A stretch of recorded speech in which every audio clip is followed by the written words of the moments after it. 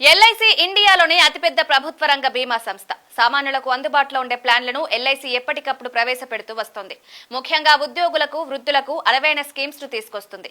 ఇలాంటి పథకాల్లో ఒకటి ఎల్ఐసి న్యూ జీవన్ శాంతి ప్లాన్. ఈ ప్లాన్ ప్రాముఖ్యత ఏంటి, ఎంత డబ్బు పెడితే ఎంత డబ్బు తిరిగి వస్తుంది తెలుసుకుందాం.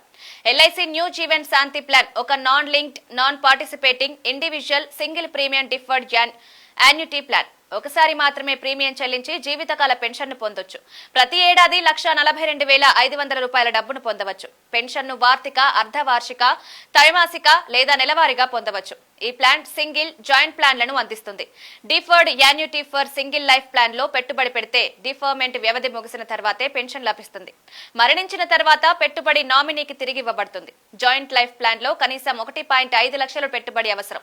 గరిష్ట పరిమితి అనేది లేదు. 1.5 లక్షలు పెట్టుబడి పెడితే 12 ఏళ్ల తర్వాత ప్రతి నెల 12,000 రూపాయల పెన్షన్ లభిస్తుంది.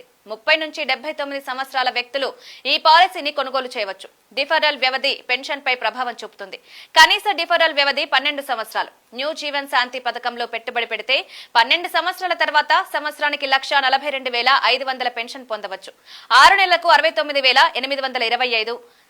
45 సంవత్సరాలలో 12 సంవత్సరాల వాయిదాతో 10 లక్షలు పెట్టుబడి పెడితే నెలవారీగా 10,672 పెన్షన్ లభిస్తుంది.